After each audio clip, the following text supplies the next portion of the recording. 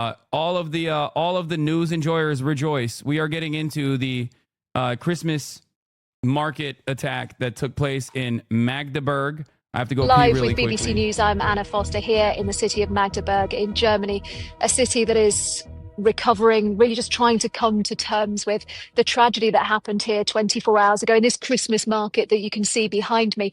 5 people were killed. We know now among them a 9-year-old child and more than 200 injured when a car came off the road here and ploughed through this market, an attack which police say lasted for 3 minutes as the car changed direction, knocked people out of the way and left a trail of devastation. Well, we've been hearing from the police and I'm going to bring you some of that in just a moment. But just to remind you of what happened here and what has been unfolding here throughout the day, you can see the aftermath really of what happened yesterday evening. This Christmas market is closed now and it will not reopen this year.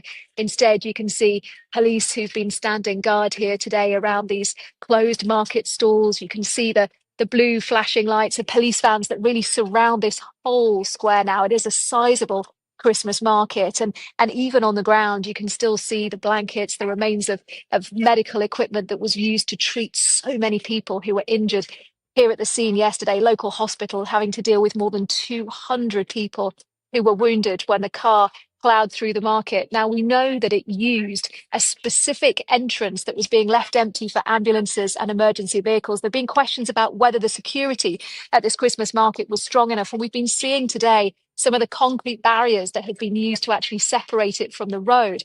Well, there are questions about whether or not it had been left too impermeable and whether or not they should have done more to actually secure a market when there have been attacks at Christmas markets like this one in the past. Now, we know that police are still questioning a suspect, a doctor from Saudi Arabia.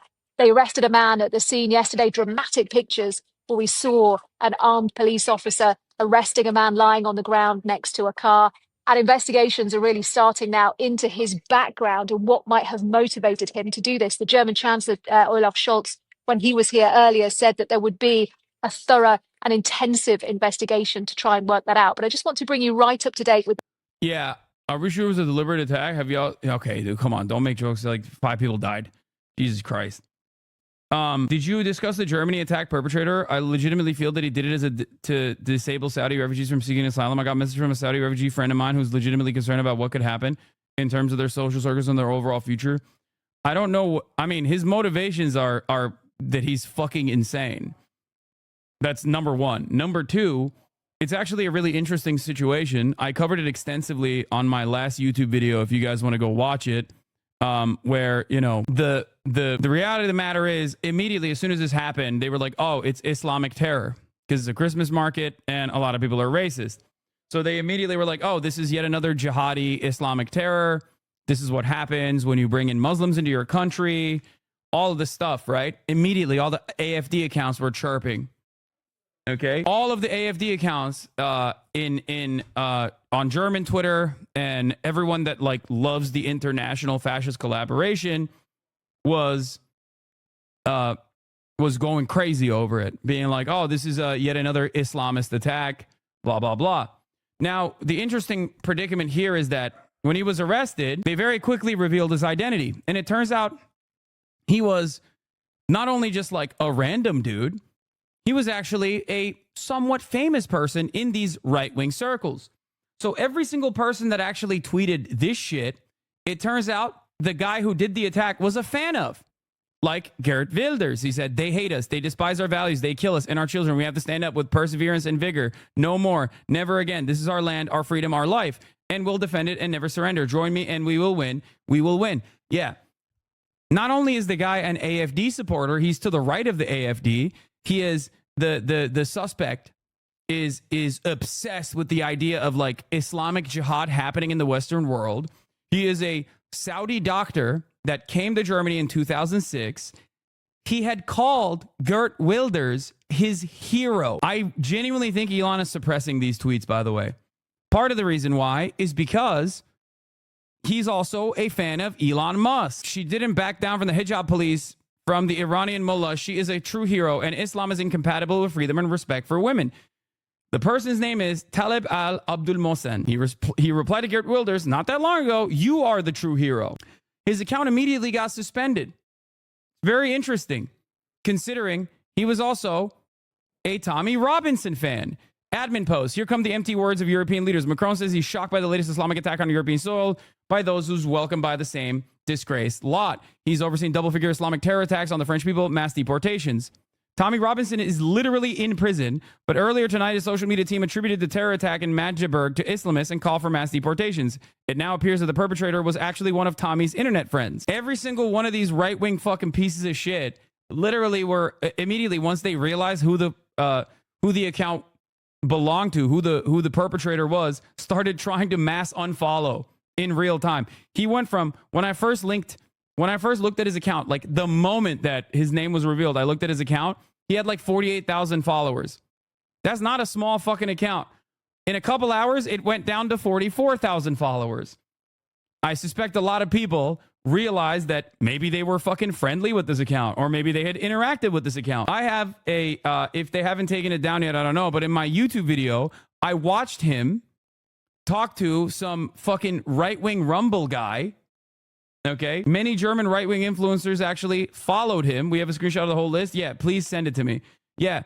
RAIR immediately posted an update to that interview. Of course they did. They suspended the account. Did you say 40K down to 44K? I thought he had I thought he had 48K initially, and then it went down to 40K followers. It's still up. Oh, it went back up. They suspended the account, but maybe they brought it back up after people yelled about it. Now, it's really interesting. It's really, really interesting that this guy was a prolific tweeter. Oh, yeah, his account is back up. Okay. He was a prolific tweeter. He did not hide his perspective. As a matter of fact, not only did he not hide his perspective, but he is one of those guys. Okay? He is one of those guys. You know what I'm talking about. You know exactly what I'm talking about. One of those fucking rabid right-wing fascists, one of those rabid right-wing fascists that is replying to all these other fascists as well online, that routinely collaborated with other fascists online, and he was obsessed with the idea that Muslims were coming to the West to do jihad, to ruin the West. Okay? Him being Saudi does not change that reality. He is one of these militant ex-Muslim type of guys that thinks that they have found a space in the Western world by just like consistently fucking shitting on Arabs and claiming that Arabs are trying to like make Germany a Sharia country or whatever the fuck. Okay. And not only that, but also he was incredibly pro-Israel. Okay. He was also aligned with a lot of these other fucking rabid Islamophobic accounts. And he made content with them regularly. Just something to consider. It's crazy that Talib described himself as a leftist just 7 days ago in the Rayer Foundation interview. A leftist? Brother, he was the thing that he was hyper focused on. First of all, what leftist is doing an interview with a right-wing Rumble account that follows Tommy Robinson, that loves Geert Wilders? What do you mean? What leftist is pro-AFD? Anyway. But it was really interesting because, they apprehended the shooter alive. Or not the shooter, sorry. The perpetrator alive. He didn't shoot anybody. He drove into the Christmas market in a heinous attack. And not only did they do that, it was really interesting to see. It was really interesting to see, in my opinion, it was really interesting to see all of these AFD accounts initially run with this notion that this was Islamist terror, and then basically eat crow, but they are refusing to eat crow as well, because why ever recognize the truth? They're just still trying to double down as best as they can, and now some people on these right-wing pro-AFD accounts are saying it's a psyop. The latest detail that we've received from Magdeburg police here in the last few minutes, this is what they had to say at a press conference. The first caller imagined that it was an accident on the basis of what they could see. However, we received at least double-digit number of emergency calls, and we rapidly realized that this was actually an attack, not an accident. The route taken by the perpetrator started at 2 minutes past 7. We've noted that hat die Situation dann für sich so ausgenutzt, dass he mit drove langsamer past Geschwindigkeit unmittelbar the dann bei dem Fußgängerüberweg den Flucht- und Rettungsweg and he used the situation at the in traffic Richtung lights des alten Marktes to genutzt be able hat. to travel Ist slowly across the schon pedestrian crossing, zielgerichtet dann nachher in diesen and he Flucht- und took the Rettungsweg route that was eingefahren, actually hat planned dort for emergency unmittelbar How was he Saudi Arabian when he lived in Germany? He's of Saudi descent, of Saudi origin. He came to Germany in 2006. He requested asylum and was granted asylum and permanent citizenship in 2016 by the German government. sponges to use if He spent a whole bit of time apparently trying to also get ex-Muslims from Saudi Arabia into Germany and other countries. He even personally stated that Sharia had taken over places like Canada. So he was taking ex-Muslims from Canada and bringing them to Germany as well. he'd be going into the so-called old marketplace, weitergefahren in and he turned Richtung into alter that Markt route bis quite zum deliberately. Weihnachtsmarkt Injured hin, number also of people unmittelbar on auf dem the way. alten Markt He then kept selbst, driving ist dort dann and drove rechts towards the abgebogen, old marketplace, the Alter Markt, dann in Richtung Rathaus gefahren and auf thus dem ended alten up Markt, hat on the dort actual Christmas nach einem market. He then kurzen turned Schlenker ist das to the dann eine right relativ gerade Strecke, die Geschwindigkeit erheblich and erhöht. then drove towards the Ist town dann, hall on the old town square. Why do they still call him Saudi Arabian doctor if he's a German citizen? You know BBC chose this title. Yeah, of course. Bis zum alten Markt And gefahren then und dort drove wiederum rechts round a abgebogen. curve. Yeah, also, this is what globalized the Intifada means, says Dr. Eli David. Will Europe wake up and fight for its survival before it's too late? Turns out, Times of Israel article, report, Saudi suspect in German Christmas market attack was anti-Islam activist who shared pro-Israel content. But people still don't believe it. Now, this is there are multiple different problems here. Things that I have talked about for years and years, from the ex-Muslim activists who serve the purpose of doing Candace Owens style Islamophobia, all the way to the fact that Twitter has basically created this like global global fascist coalition where people can get together from all different walks of life all around the planet and collaborate with one another on new and unique ways of being racist, and how much that I think has ruined the space of political discourse on Twitter, and how much that has like actively played a role in further radicalizing people who are already obviously not mentally the most sane people. And last but not least, apparently there were a lot of people who actually saw this dude, recognized how fucking insane he was, and actually tried to warn authorities about his proclivity towards violence, like doing violent acts. Okay. And yet no one took it seriously. Twitter didn't take it seriously. None of the authorities took it seriously. And there it is. Leftist. I'm not on the right. And what I discovered as a leftist is that leftists are the worst criminals on this planet. And I'm Yeah, he was on the radar for sure. He was on the radar for many people. Yeah, I like that he's like, I'm a leftist on Rare Foundation USA talking about his main action, his main political contribution.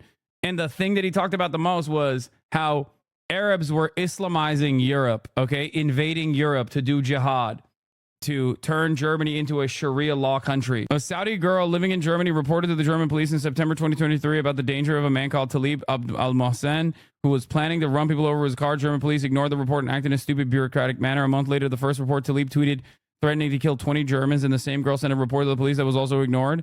I don't know the veracity of this.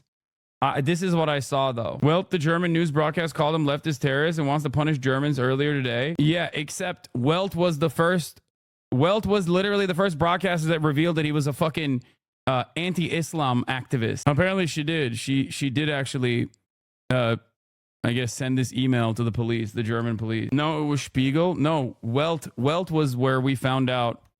I thought it was Welt that I read. Welt was the article that we read from. 7 hours ago, Elon doubling down on AFD. Yeah, it was Welt that actually showed this person's multiple conflicts with the justice system, perpetrator missed court day 1 day before the attack. Even a secular person can use terrorist motives in a phase of confusion. 1 day after the attack, the man's biography. Al Abdul Mohsen was born in Saudi Arabia, came to Germany in 2006. He has a permanent residence permit. In 2016, he was granted asylum as a politically persecuted person. In an interview with Fast newspaper in 2019, he said that he wanted to slaughter. They wanted to slaughter him if he returned to Saudi Arabia. His last place of residence was Bernburg, about 50 kilometers south of Magdeburg. He has been working as a doctor at a correctional facility in Bernburg since March 2020. The correctional facility in Bernburg is an institution of the state of Saxony-Anhalt for the reform and security of addicted criminals. He has not been on duty since the end of October 2024 due to a vacation and illness, the company said in a statement. Al Abdul Mohsen told investigators that his motive for the crime was a dissatisfaction with the way Saudi Arabian refugees are treated in Germany. Investigators did not want to provide any further details. Interviews and online activities paint a picture of a man who rejected Islam, who increasingly despised the German police authorities in particular and sympathized with the AfD, and who felt increasingly persecuted. In a 2019 interview with the Faz, the perpetrator described himself as the most aggressive critic of Islam in history. He's an atheist and has applied asylum in Germany because he fears persecution as an unbeliever and critic of Islam in his home country. The BBC and Spiegel reported similarly in 2019. So what's really interesting about this is that this isn't like a random person. Okay? That's what's crazy about it. It's like one of the common villains on Twitter, okay? And you know, there are many of them, right? Many of them Elon Musk actually interacts with on a regular basis. It's like a guy like that going and doing a fucking heinous act of violence. It's not just like a random dude with like 300 followers or whatever. This was a dude who was very visible both online in these fucking right-wing circles and also in like someone who was trying to be an influencer of the far right, and also simultaneously was like a known figure that was not shy of being in front of the media, being in front of cameras. There are so many, like you rarely ever get a situation where you got like a guy who is constantly getting interviewed by numerous outlets and very openly and routinely saying, this is my fucking attitude. This is my perspective. Okay. His motive in this immediate moment, the heinous act of violence, the motive for that might not be instantly clear, but his ideology is. Yeah, it's like if Cat Turd went on a mass shooting spree or something. He had made it his mission to show other persecuted people in Saudi Arabia a way to asylum in Germany or Australia. The man also appeared on his X profile as an ex-Muslim critic of Islam. On Friday evening, he posted several videos in which he said in English, "I hold the German nation responsible for the killing of Socrates. And another reason why I hold German citizens responsible for the persecution I experienced in Germany is the story of a USB stick stolen from my mailbox." Later, he said in the video, "The government is criminal. Instead of protecting me, the police are the criminals. In this case, I hold the German nation and German citizens responsible." So he's fucking insane, too, on top of that. In June of this year, the account posted in German, "In my experience, the German police are the real drivers of Islamism in Germany. My experience is 7 years of police, most recently in March 2024, using dirty tactics against me and other critics of Islam to destroy our anti-Islam activism. The left is crazy. We need the AfD to protect the police from them." The police were already dealing with him in 2023. According to Welt information, there was a risk assessment of the 50-year-old at the time. The LKA in Magdeburg, together with the BKA, came to the conclusion that the man posed no concrete danger. The State Office for the Protection of the Constitution in Saxony-Anhalt was also involved, but did not conduct its own investigations. At a press conference on Saturday, investigators announced that last year they had considered interviewing Al Abdul Mohsen as a potential threat. However, this apparently did not happen. The police did not provide any details. According to the public prosecutor's office, Al Abdul Mohsen was not the focus of investigators. German security circles confirmed to Welt that the Saudi embassy had alerted the German authorities to Al Abdul Mohsen several times. According to the Reuters news agency, this happened in 2023 and 2024. However, the information only related to the man's public posts on the short message service X. Saudi Arabia said it demanded the man's extradition. Here he is on a BBC segment. And it's crazy because, like, depending on the level of racism, the dudes who were like homies with this guy are now still saying, yeah, no, he's still like secretly in the pocket of Islam. He secretly was doing this because he's still an Islamist. He's secretly doing this because he's like, he wanted to do a psyop against the AfD, like they just remember, this is a common trope with the sweatiest, grossest, most unwashed corners of the internet, right? David DePipe, remember?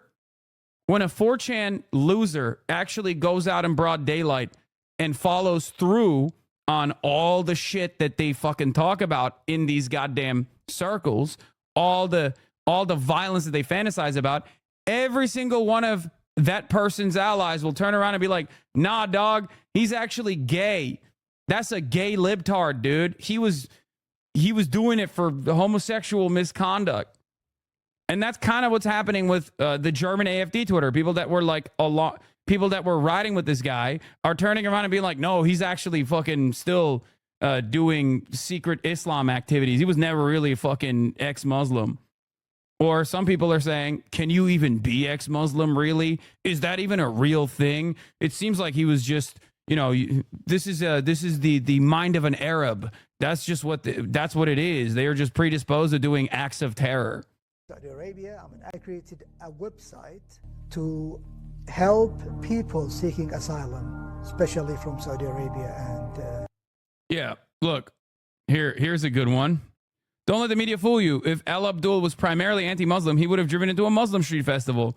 There were massive demonstrations by Syrian Islamists celebrating Al-Qaeda in the past weeks. Abdul did nothing. He waited until it was 4 days before Christmas and exactly chose the spot where he would kill the most indigenous Germans, a Christmas market. I mean, this guy's just straight up a Nazi, by the way. Anti-European hatred is not exclusive to Islamists. Remigration will not be exclusive to Islamists. Like 43,000 likes. The irony, of course, is that like this kind of straightforward neo-Nazi sentiment, okay, and he followed this guy, I'm pretty sure, but this kind of neo-Nazi sentiment is, under normal circumstances, if you have a platform that cares about its terms of service, this is the type of shit that you're supposed to ban, right? But Elon Musk has basically primed the algorithm to hype this kind of shit, slowly but surely creating a pressure cooker. Al Abdul is one of the examples of what happens when that pressure cooker reaches a boiling point. All of these fucking disgusting little cretins that were previously banned off the platform now are unbanned, and also on top of that have reached a level of prominence. Okay? I keep trying to explain to people how dangerous this predicament is, and yet seemingly it falls on deaf ears. Are you not a part of the pressure cooker in other contexts? Do you think that someone who is actively agitating for race war and advocating to kill or deport people violently for qualities that they cannot change about themselves, like intractable intrinsic qualities like your ethnic background, your religion, or your race, is the same as me advocating for, I don't know, socialized medicine? Do you think that my radicalization is the same as this other thing? Have you no moral backbone, no moral compass, nothing steering you? You just kind of go, well, I think everything is the same, If someone is advocating for religion isn't intractable, shut the fuck up. I hate this argument, okay? What are you going to do? Mass fucking brainwash people? Like, what do you mean? Okay. Anti-religious attitudes, even in the USSR, was a massive fucking failure. Okay. Anti-Islamization in the USSR was a fucking massive failure. Stop with this nonsense. Just because you don't believe it doesn't mean that people also don't take it in the same way. Do you understand? For billions of people on this planet, religion is an intractable quality. Okay, religious persecution is completely unacceptable. What are we talking about? It doesn't matter. I'm not even talking about it from my own personal perspective, my own personal framework. Just let people fucking breathe. Ironically enough, the attitude that you have quite literally is exhibited by this fucking guy too, the terrorist. Yeah, religion is also a proxy for race, which is why him being an atheist is irrelevant for the Nazis' perception of him anyway. Exactly. So fascism believes it's intrinsical too. You cannot compare a violent ideology, or any sort of ideology really, but especially a violent ideology, to religion. Okay, you just can't. People's attitudes shift, people's attitudes change.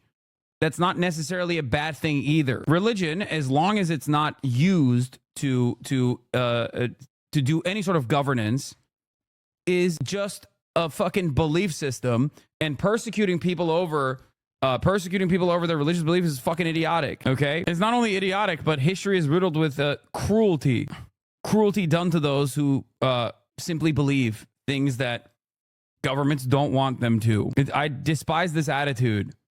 The militancy demonstrated by Reddit atheists is, ironically enough, this fedora wearing dipshit also had that same exact resentment. He harbored that same exact fucking idiotic resentment.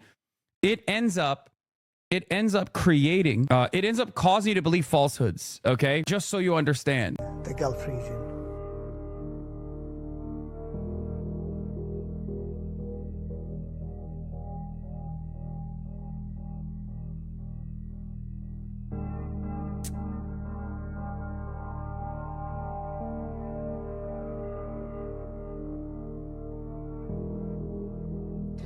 Yeah, I use basically WhatsApp, Twitter, Telegram. If I have time, I spend, totally helping Saudi asylum seekers between 10 to 16 hours a day, if I have time. How is a belief not intractable? Obviously, just let people believe whatever they want, but you can't overswing just because Reddit atheists are annoying as fuck. The reason why I put religion in a separate category is because it is something that is so deeply personal to the way that people fucking examine the world, okay? And as long as it's not harming anyone else, as long as it has nothing to do with governance, as long as it is not used in any fucking way to harm others, I don't care, okay? And it is certainly a little bit different than, it is certainly of a higher value to those who believe than your political party that you're voting for, or even your political ideology. If you're outside of that, if you're agnostic, if you're atheist, it is virtually impossible for you to comprehend this. And I understand it, okay? I get it. I get where you're coming from. You're like, what do you mean? I grew up in a religious household and I fucking despise religion. That means everyone else can do the same, okay? It's like sexuality in that respect, kind of. I think that sexuality is I think a little bit more natural than religion, though. Atheism is dogmatic theism. You are exactly what you are criticizing. Yeah, I mean, it does unironically turn dogmatic when militant atheists behave in this way. What's good? We're waiting. Okay, no, it's fine. We got time. Yeah. The only Arab country from which I did not have an ex-Muslim seeking help until now from me is Oman. 90% of people who approach me are women between 18 and 30 years old.